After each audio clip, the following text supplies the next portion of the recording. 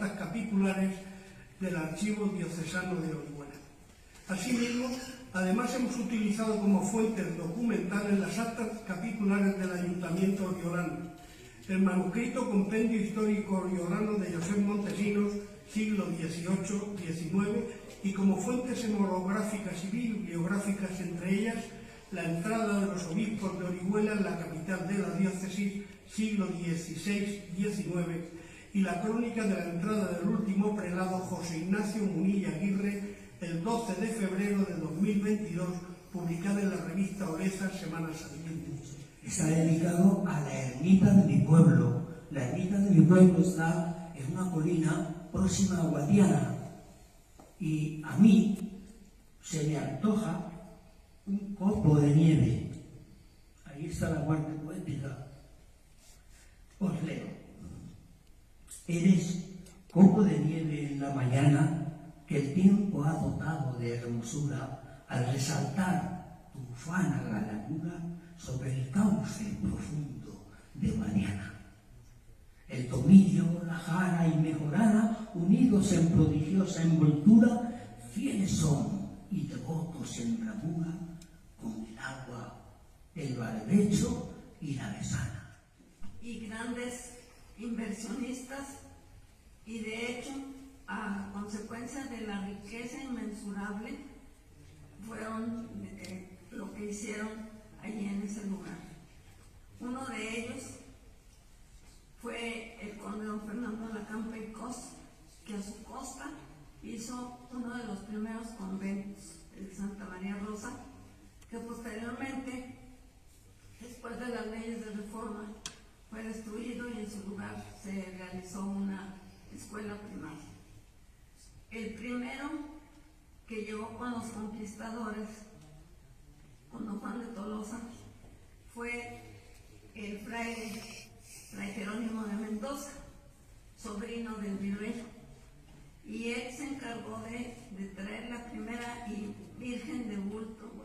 Vamos, que está en el Mojón de Guadalajara, es el último pueblo de Madrid antes de entrar a Guadalajara.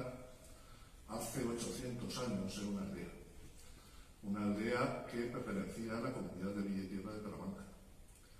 Y fue una aldea irreductible. ¿A qué fue irreductible? A su desaparición, porque otros núcleos fueron desapareciendo al lado de ella. Valdequéramos pertenece, como os digo, a esa comunidad, y hace 800 años el arzobispo de Toledo, Rodrigo Jiménez de Rala, pues le concedió un fuero bueno y honorable. Yo les explicaba a los niños en ese mapa pues, que había una frontera, que bueno, pues había que intentar repoblar esas zonas con privilegios. Todo eso lo explico en el comunicado. Simplemente quería dar unas pinceladas, os quiero dar unas pinceladas. Marcelino Olaechea Loizada, Iglesia Social y Política, 1935-1966, editado en 2019 por el Archivo de la Catedral de Valencia, y también del segundo volumen de la Historia de la Iglesia en Valencia de Vicente Cárcel Ortiz. El episcopado de Olaechea en Valencia se caracterizaría por las grandes manifestaciones y concentraciones religiosas, por la edificación del nuevo seminario, por la construcción de viviendas protegidas para los más necesitados, por la potenciación del laicado en la acción católica y por la creación del Instituto Social Obrero. Una de las primeras cartas que el prelado dirigió al clero y fieles de la diócesis fue sobre el seminario, dado que captó inmediatamente la trascendencia y la significación que encerraba su construcción, idea de su antecesor Prudencio Melo. No escatimó esfuerzos para sensibilizar a la diócesis y concentrar la atención de los católicos en el simbolismo espiritual del mismo. Porque o me lo como o me come. Pero ¿qué estaba pasando con aquellos seres que venían montados a caballo y que para ellos era extraño? Precisamente en las pinturas rupestres de la cueva de Ábalos vemos cómo un individuo está hincado y tocando la cabeza de un caballo. Esa relación que se tenía anteriormente se rompe, ya no es la misma. Pero también así tenemos que es un registro del poblamiento del Valle de Ojo Caliente, una región en conflicto que por mucho tiempo no pudo ser poblado, porque la guerra chichimeca duró cerca de 50 años, es decir, 3 generaciones, y que no pudo pacificarse. Por tanto, esa región se habían dado algunos enfrentamientos, algunos asaltos a las caravanas, y que por tanto era un lugar muy peligroso para poder vivir. Jugar, porque es lo que hacemos en Galápagos. Tengo la suerte de contar allí con un grupo maravilloso a través de la biblioteca. Soy la bibliotecaria del pueblo y además la cronista. Y como decía el valenciano de Llombay, es emocionante estar estrenando el cargo de cronistas al lado de cronistas ya veteranos, de los que habéis llegado a los 25 o 50 años. Yo no llegaré a 25 años como cronista, me pilla ya muy mayor, pero me emociona venir a este primer congreso para mí. Y os cuento, es tan reciente lo mío que todavía no he investigado lo suficiente como para poder hacer una presentación al nivel histórico que creo que aquí merecéis. Como cronistas, como historiadores que somos, es fácil que nos pueda interesar lo que trabaja otro pueblo, lo que se investiga en una gran ciudad, Cuenca, Ávila, pequeños pueblos, todo es apasionante, todo se parece, vamos descubriendo que hay legajos muy semejantes unos a otros. Y hasta aquí, pues bien, estamos aquí, nos escuchamos.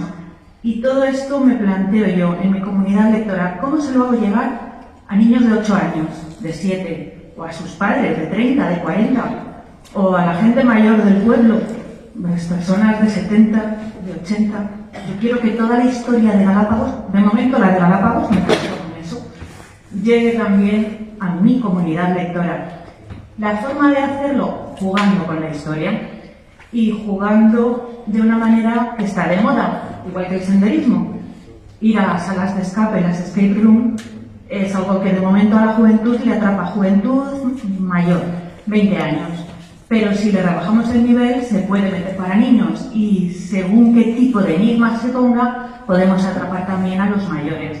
A mayores, a mi padre tiene 80 años y no hay manera de hacerle entender que un enigma es interesante y que te puede aportar mucho, pero cuando leyó la comunicación que traía para el congreso, por fin se convenció. Para mí ha sido la mayor alegría, ¿vale? Mi padre ya entiende qué es lo que hacemos en Galápagos. La forma fue de seleccionar qué manuscritos de los que estamos trabajando allí con ellos estamos ahora leyendo, pues legajos que han aparecido en un rincón. Tienen insectos por allí disecados, tenían caquitas de rata, tienen manchas de humedad. Bueno, pues los vamos transcribiendo, los vamos leyendo, nos vamos apasionando. He seleccionado los que más le podían atrapar a la gente para con ello hacerles entender cómo es el estudio de la historia. Planifiqué durante el verano una escape room.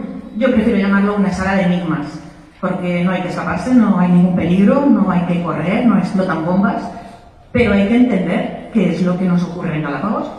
De manera que cuando entraban grupo a grupo, familia a familia, 1 hora cada familia, se marchaban, recolocaban, entraba otra, pues lo que hacían era descubrir los lugares que todos conocemos, los repartían en 7 lugares. El ayuntamiento, el consistorio lo llamábamos, la cárcel, no sabíamos que teníamos cárcel, los prados, como dice alguno de los legajos, sí, las praderas, los prados, la iglesia, el río, la casa palacio, y de broma ahora ya decimos que teníamos archivo. No es un archivo, es un edificio donde se guardan las herramientas y es donde se van estos legajos, con lo cual, pues de broma ya se ha corrido la voz. Eso era el archivo antiguamente. Bien, por suerte los legajos ahora están conmigo en el archivo biblioteca. Bueno, pues en el escrito que he presentado explico cómo se juega con la historia a través de los enigmas. Entran las familias y lo primero que yo quería hacerles entender es que en muchos de nuestros legajos se convoca la reunión de pleno de una manera muy concreta que todos hemos leído en algún legajo, a campana tañida o a campana repicada. Vale, si yo le enseño ese manuscrito a una persona que entra en la biblioteca, ya es que vengo por este tiempo y punto. De acuerdo, pues entras en la biblioteca y escuchas las campanas. Lo primero, ¿es hora de misa? No, es miércoles, no, allí las misas son los martes. Pues entonces, pues no estás jugando, pues plantéate qué mesas de juego encuentras. Ah, ¿me voy a la de la iglesia? No, no está con un tono de campana de iglesia. Piensa, busca los legajos, teníamos allí fotocopias de varios legajos, encuentran el de convocatoria de pleno. Ah, son campanas para el ayuntamiento. Exacto, vete a la mesa donde está ubicado el consistorio. En el consistorio escuchan, porque hay un cerrojo. Las escape room exigen claves numéricas, claves de letras, cerrojos de diferentes tipos. Bien, pues ahora presta atención además. Contando el número de campanas interrumpidas por el crotoar de las cigüeñas, das con la clave numérica. Ese era uno de los enigmas. Otros enigmas que tenían que encontrar a través de legajos, el litigio entre labradores y ganaderos. Se habían escapado las cabras, pues algo que hemos leído. Sí, las cabras pisan el sembrado de lechugas. Eso es un problema real. Plantéalo como juego y la gente se lee el legajo. Otros legajos interesantes, el que condenaba a pena de prisión a quien o fumara, o blasfemara, o dijera palabrotas, o deambulara pasada la medianoche.